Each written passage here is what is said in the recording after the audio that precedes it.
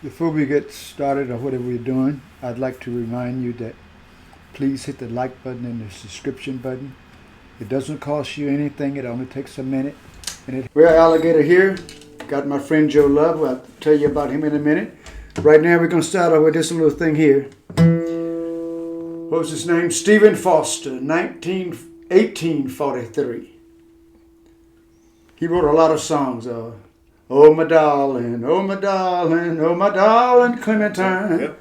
Camptown ladies sing this song, doo-dah. Here's one. He wrote in 1843. Let me get City Pay.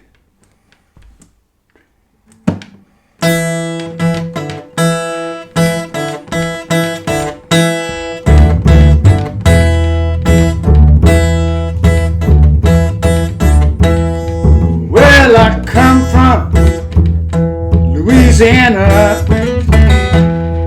with my guitar on my knee. Lord, I'm headed up to Alabama. Lord, my true love, I'm gonna see. I said, oh, Susanna, I said, don't cry for me. I said, oh, Susanna, I said, don't cry for me, don't cry for me.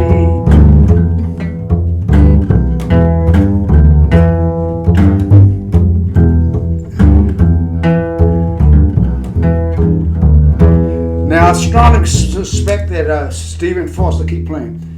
Stephen Foster was hanging out with the indigenous Americans doing a thing called peyote. Because he wrote some strange lyrics. Listen to this.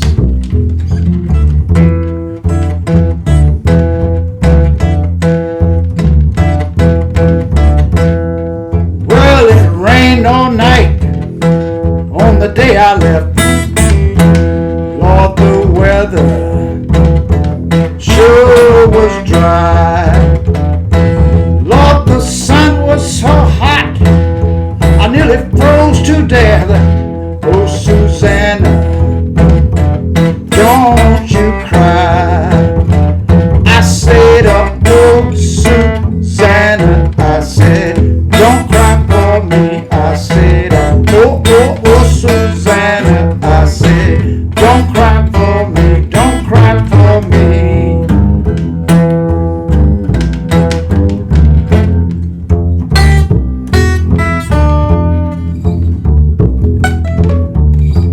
Oh, Susanna.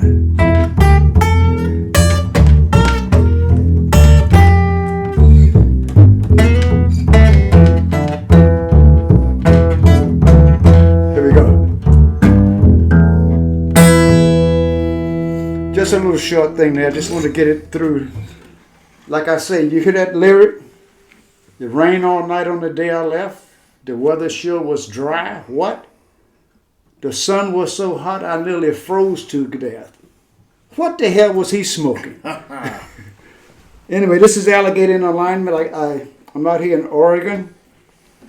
Stopped by to see an old touring buddy of mine, Zacharias, and since I was in the area, I knew that another precious friend of mine, him and his family are really close to me.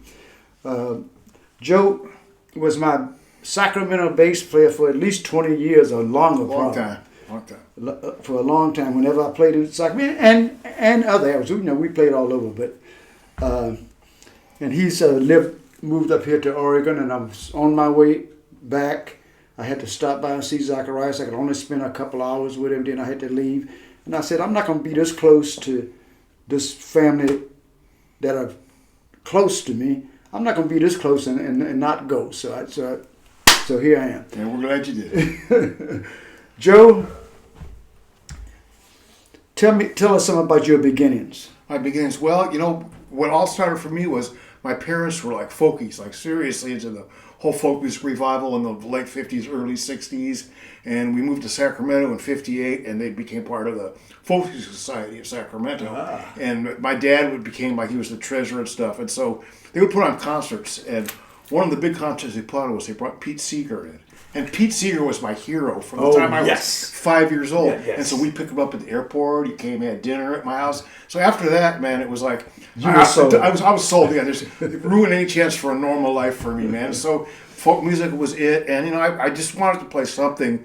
And my parents bought me a banjo, and I tried to play the banjo, but then my brother brought home a Silvertone amp and a Fender Music Master electric guitar, and that was it, man. I said, Mom, can I trade my banjo and clarinet in on a guitar? And they said, okay, So I was 12 years old, and pretty soon I had bands too, and that's all I've ever done since then, man. I've been in hundreds of bands.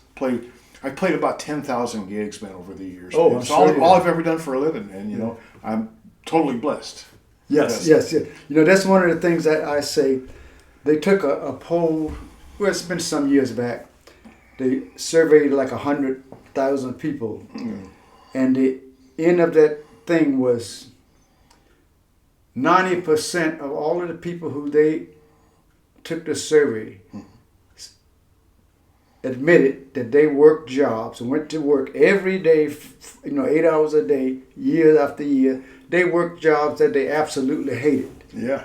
Now me, I've always done whatever the hell I wanted. When I wanted to be a bull rider in the rodeos, I did that. I've always done music. And the reason I've always been a happy guy is because I don't go and spend 8 hours doing some drudgery that I don't like, then come home and kick the dog and slap the wife, get a beer,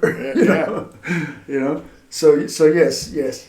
Joe, so what's this little town here you live in now? Okay, well, so we lived in Sacramento for many, many, many years. I had a pretty decent musical career in Sacramento, played with everybody, including Alligator and everybody, all different kinds of music. But we always kind of had my wife has family up here. We always kind of had our eyes on. That's how we landed exactly here. But we knew that we were going to want to get out of the big city in general, Sacramento in specific. Well, we had a great life in Sacramento, and the economy of Sacramento enabled us to do this because we did really good with our house deal and stuff. Sold our house up down there, moved up here, found this incredible place. Alligator tell you that we got a really nice setup here, man. And it is. I got up here, and it was like, a new bass player in town. And pretty soon I was playing with everybody, and not everybody that I liked. I was in a ZZ Top tribute band for a minute, man. Oh my goodness! You know what was good about that? The money. The money, yeah. But it was, and I'm not my favorite music, and the guy definitely was not my favorite guy. But so I did that. I was in several different bands that I didn't really like, but we were working, playing. All of a sudden, I realized it was at the stage of my life, I'm not going to play music I don't love with people I don't like anymore, man. And so things slowed down for a while, but I found several different little groups of people to play with, and things are just getting better and better. And I'm having a freaking ball, man. And you couldn't pay me enough to go back and live in a big city. I go to Portland, I go to Sacramento. It's like I feel like Mr. Magoo, man. I'm going. Can I go back to the coast? Man, it's a little slice of heaven up here. It's man. beautiful. It's the Pacific Northwest. It's amazing, man. And there's things that you don't have. Like there's no. The closest real music store is probably almost 2 hours away. Mm-hmm. There's a little one down the road, but it's just not. It just basically does repairs and lessons and stuff. They're not a real music store, man. But things like that. But it's worth it. It's worth it, man. Just to be here. Wake up every day, clear air, man, and quiet, and watching the deer playing outside our yard and stuff, man. It's just it's been great, man. I was just talking with this other friend of mine, John Papa, when I came through. I got to stop and see him again. And he was saying the same thing. They live in the forest. Yeah. And he says, Alligator, the thing about it is you can hear the silence. You can, man. Totally, man. Yeah. Hey, you remember where our second house was? You came to Sacramento. It was right downtown, right? Yeah. We were at the corner of Highway 50 and Interstate 5. We were right there. And you always hear traffic 24 hours a day, man. And breathing the fumes. Up here, man. It's like just pure quiet. We hear the ocean. Go out in our backyard, you can hear the ocean, man. It's just, that is absolutely. Life is good, and the fact that I found some great people to play with, it just makes it all that much better, man. Yeah, when I come back up here in the spring, I'm gonna find out when you're playing. Yeah. And I'm gonna come and jam with you guys. Absolutely, man. Hey, I could probably get a gig, man. Yeah. We just feature Alligator. Yeah, absolutely, man. I've done it with a few my friends from Sacramento brought them up here, and Joe Love and Friends, featuring Dave Siegel or Michael Ray or somebody, and it's been a gas, man, and it's nice to bring some of that. Musicians down there tend to be maybe a little better down there, man, in California. So bring some of these guys up here and say, well, this is what we were doing down there. So let's bring it up here and make it happen. It's been a gas, man. It's for 4 years now we've been up here. And the town is. Our address is Warrenton, but this community is really called Sunset Beach. Sunset Beach. But it's between Astoria and Seaside as far as the bigger towns around here. Warrenton is famous for being like right-wing Republican and stuff, so we always say we got a Warrenton address, but we don't live in Warrenton. Yeah, okay. Yeah, that thing's gotten... It's insane, man. Oh, well, like I say, we're barreling toward authoritarianism. Man, every day it just gets worse, man. I haven't always been a fan of what our country does. I've always loved our country and the culture and the history and all that. But I've always been a fan of the government. But I never thought it would be like this, troops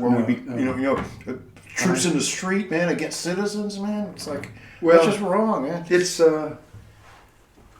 when in history do you remember having secret police, because that's what they are. Exactly, man. Secret police. Nazi Germany comes to mind. There you go. KGB, man. It's like but the United States, secret police, exactly what they are. But here's what blows my mind, man, is people are applauding for that. People are loving it, man.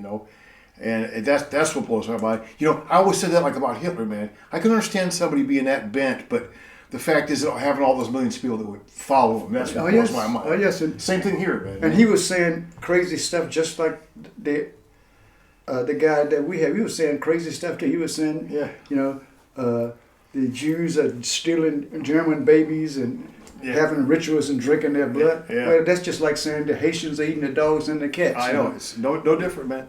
And both of them were, of course, lies. Yeah. But anyway, we don't want to get too far. I know, yeah. So but I just want to stop by for a minute to see my friend. I got to run because I've got all of this stuff going on. The problem with me is I'm too busy. Yeah. I'm too busy. Yeah. You got a lot to do, man. But we can go to that. Now, where's your little daughter? I mean, she's not little.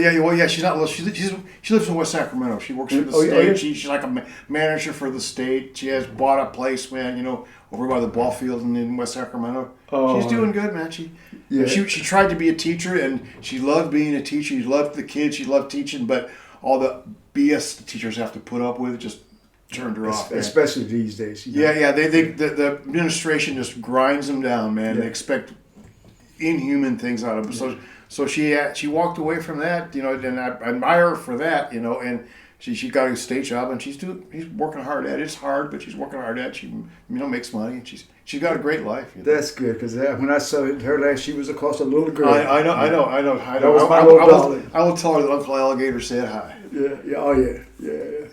So hey, come back, man, and we'll spend more time. We'll do some music, maybe go out and play somewhere, man. Yeah, I'm gonna be coming back through here in the spring, and I won't be in such a hurry like I am, because after I got out here, I got a call about something that I have to do, so I have to try to get back. Yeah. So anyway, this is Joe Love, bass player extraordinaire. Like when I think of a good, especially blues bass player, he's the first person that comes into mind. Because I know where you've been and who you played and what you've done, so it means a lot, my friend, man. Yeah. So anyway, this is Alligator in Alignment, just a little short stop by to see my friend. I want you guys to make it down to the Bonton Elroy's Lighthouse Smokehouse every second Saturday of the month in Monterey. I'm there doing my one-man show. And, if those of you who have been there, I get pretty crazy. Yeah. So I'm going to say this is Alligator in Alignment. Happy trails. Okay. And we'll be filming from the same room in the spring of the year, as soon as the weather breaks and the rain stops. Okay, sounds good, man. Okay. We will be here, man. Alligator in Alignment. All right.